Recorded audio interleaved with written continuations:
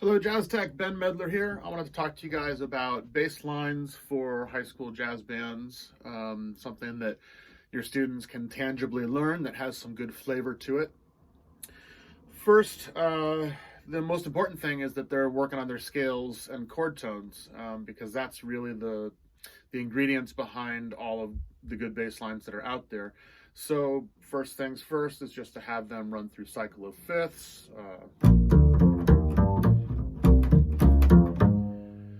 Slow, fast, whatever, and of course through their scales. Once that happens, there's a lot of confusion as to how to make that good bass line. So there have been a lot of students that have come through our programs over the past years. They're very good at playing the chords and good at the scales, but they don't have that flavor, what makes it sound like the Miles Davis record. So the answer to that is that just like any language, you have to follow the history and see what the greats did and learn some of those flavors. So probably one of the first things I have young bass players do is learn somebody's line long before they get their 12 keys of scales and triads. I just want them to experience that flavor. So I wrote a line that will cover the chords over a basic B-flat blues, and I want to break it down and explain why I chose the notes that I did. But again, this is just history. These are all choices based on famous bass players like Sam Jones, Paul Chambers, Ron Carter. There's a very big list, but those are ones that are important to me. Okay, here it comes. 1, 2, 1, 2, 3, 4.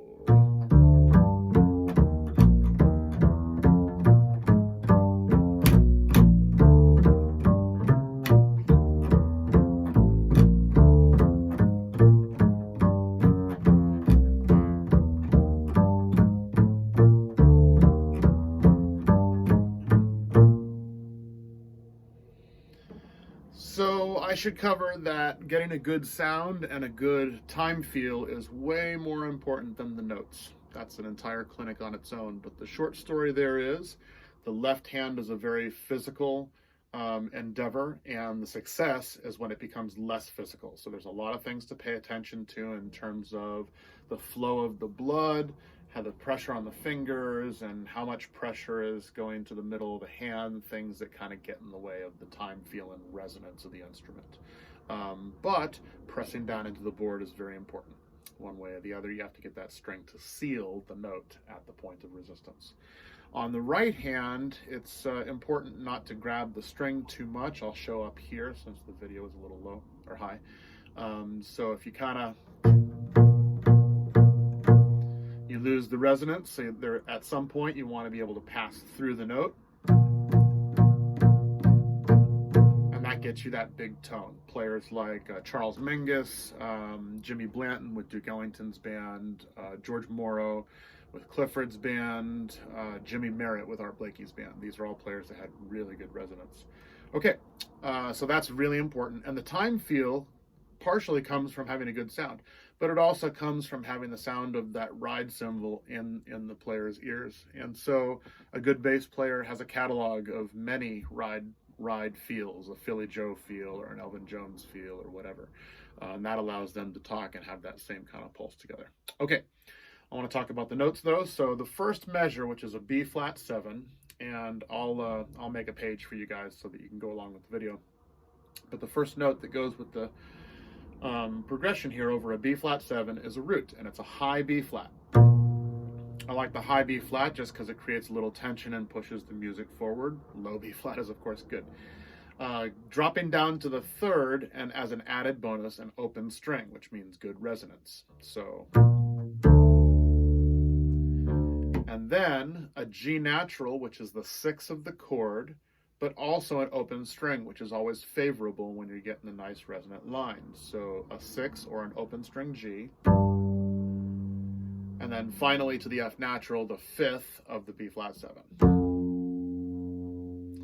So we're looking at root, 3rd, 6, 5. Sam Jones uses that a ton.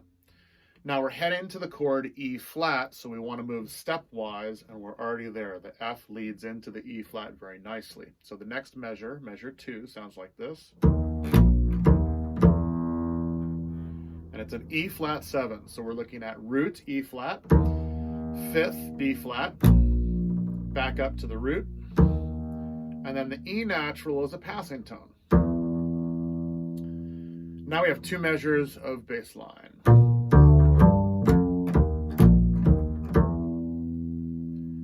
Traveling on to the third bar, we're on a B flat 7, and the first note I chose is an F before going to the B flat.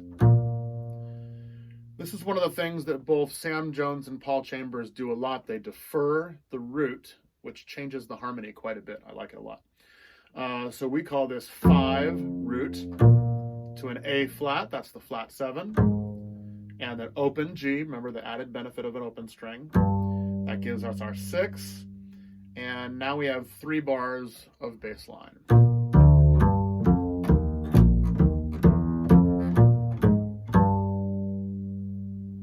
Okay, let's add that 4th bar, and for this bar, I used F natural, B natural, B flat, and D. So that is, if you examine it carefully, it's really an F7 heading to a B flat 7, but you could analyze it 5, F being the 5 of B flat, B natural being a half step approach to the root, and up to the 3rd. Simplest way is just to look at that all over B flat 7. Now we have 4 bars of bass line.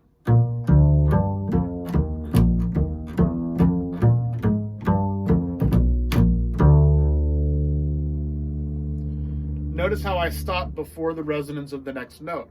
That shows the power of the line. If it wants to jump forward, you've got something that's working pretty well. Also notice how I put a couple doubles in there. So when I was a bit younger, I used to think about doubles as, oh, that's what Ron Carter does, or that's what, whoever does. But one of my teachers talked to me about matching the ride cymbal and having a game of doubles back and forth between the bass and the ride cymbal. And that's really fun, and it sounds great.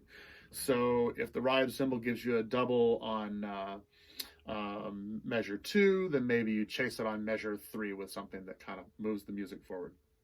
Okay, we've got our first 4 bars, which represents basic blues in B flat.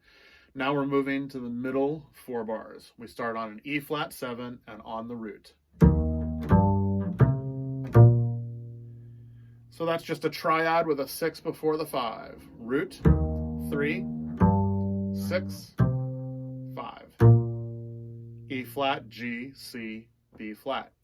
We have another measure of E flat 7, and this time we'll go E flat, E, F, A natural.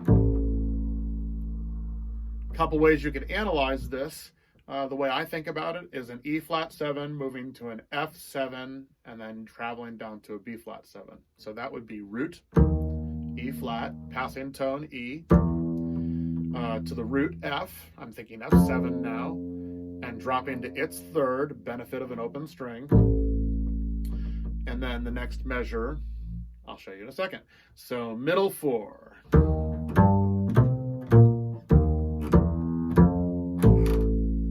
That's half of that phrase.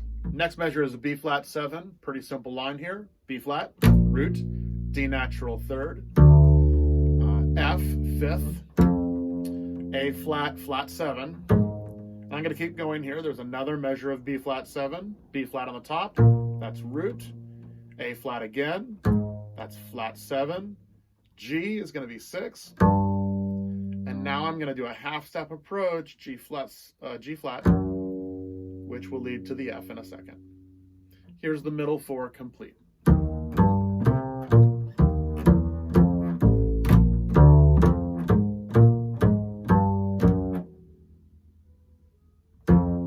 There's your F. Okay, I'm going to play the first 8 bars plus a note so you can hear where we're at. Basic blues, B flat.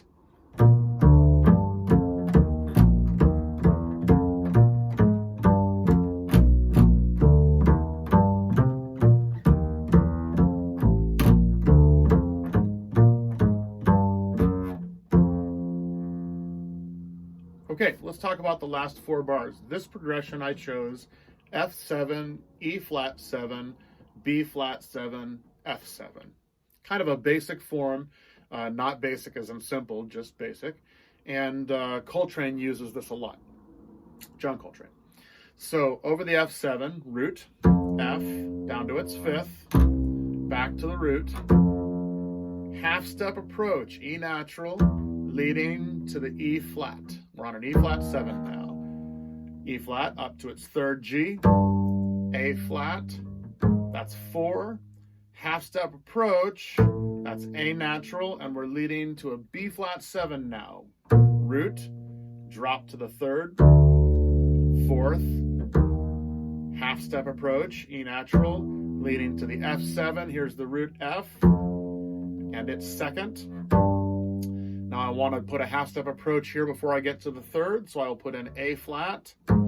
Now heading to the A natural, that's the third, and then I go back up to the top with a B flat, and I've got 12 bars of blues. Here's the entire line.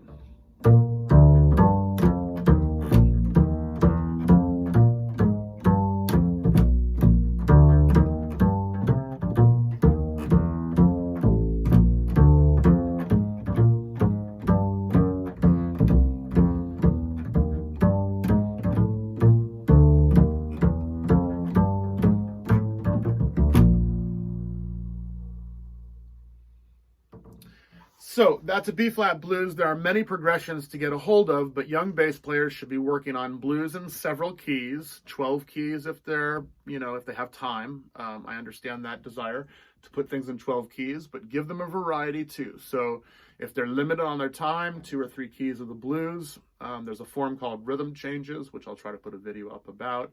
And then some kind of a show tune, something that Sonny Rollins might do, for an example. He did a lot of those. And then something modal is a good idea also for those bass players, so that they can learn how to be creative and not worry too much about the history of the lines and just kind of paint. That's important as well. And then there's what's called droning kinds of lines, or ostinato. And that's a whole nother category of bass lines, often used up the neck, which involves getting your bass player in tune. But that's what I want to leave for now, is just the basic blues, and hope you enjoyed it. Thank you, Jazz Tech.